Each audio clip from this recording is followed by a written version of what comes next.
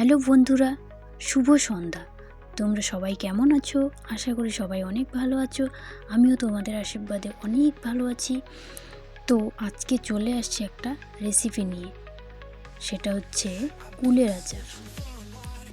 তো আমাদের বাড়ির পুচকুটা আর আমি কুলের যে বাড়তি অংশগুলো থাকে, ডাঁটিটা, ওটাকে ছাড়িয়ে নিচ্ছি। ছাড়িয়ে যেগুলো ক্লিন ওগুলোকে নিচ্ছি, নিয়ে এবার ধুয়ে নিব। ধুয়ে নিয়ে কুলটাকে একটু ফেটিয়ে নিলে ভালো হয়। তো কীভাবে ফেটিয়ে নিতে হবে তো একটু দেখাই দিচ্ছি। তো আমি তো অলস, আমি ফাটাইনি, কারণ আমি খুব অলস। ভাবছি একটু বেশি করে সেদ্ধ করে নিলেই হয়ে যাবে। তো একটু বেশি করেই সেদ্ধ করে নিয়েছি। তো চলো ফ্রেন্ডস, পুরো ভিডিওটা দেখতে থাকো। তো ধুয়ে নিয়েছি, এবার কড়াই বসিয়ে দিয়েছি। কড়াইয়ে পরিমাণ মতো তেল দিয়ে ফোড়নটা একটু ভেজে নিতে হবে। ভাজা হয়ে গেলে দিয়ে দিতে হবে কুলটাকে।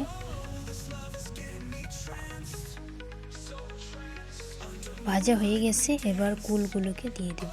কুলগুলোকে দিয়ে এবার ভালো করে নেড়ে নিতে হবে অনেকক্ষণ ধরে, যাতে মশলাটা আর কুলটা একসাথে মিক্সড হয়ে যায়। স্বাদ মতো নুন দিয়ে দিলাম, আর মশলার গুঁড়ো দিয়ে দিলাম, গরম মশলার গুঁড়ো। আমি আগে ইউজ করি, কেউ মানে পরেও দিতে পারো, অসুবিধা নেই। আর লঙ্কার গুঁড়ো তো লাগবেই, মাস্ট।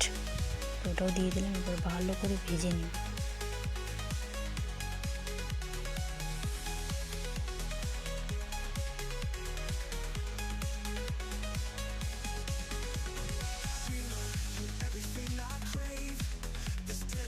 ভাজা হয়ে গেলে জল দিয়ে দেবো একটু সেদ্ধ করার জন্য, যেহেতু আমি ফেটিয়ে নিইনি, একটু সেদ্ধ করতে হবে, তাহলে ভালো হবে। জল দিয়ে দিয়েছি, তো একটু সেদ্ধ হবে। 15 মিনিট পর ফিরে এসে দেখলাম একদম কমপ্লিট হয়ে গেছে। তো এবার নামিয়ে নিব।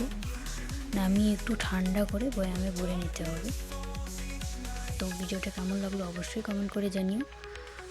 আর তোমরাও বাড়িতে ট্রাই করো, খুব ভালো লাগবে।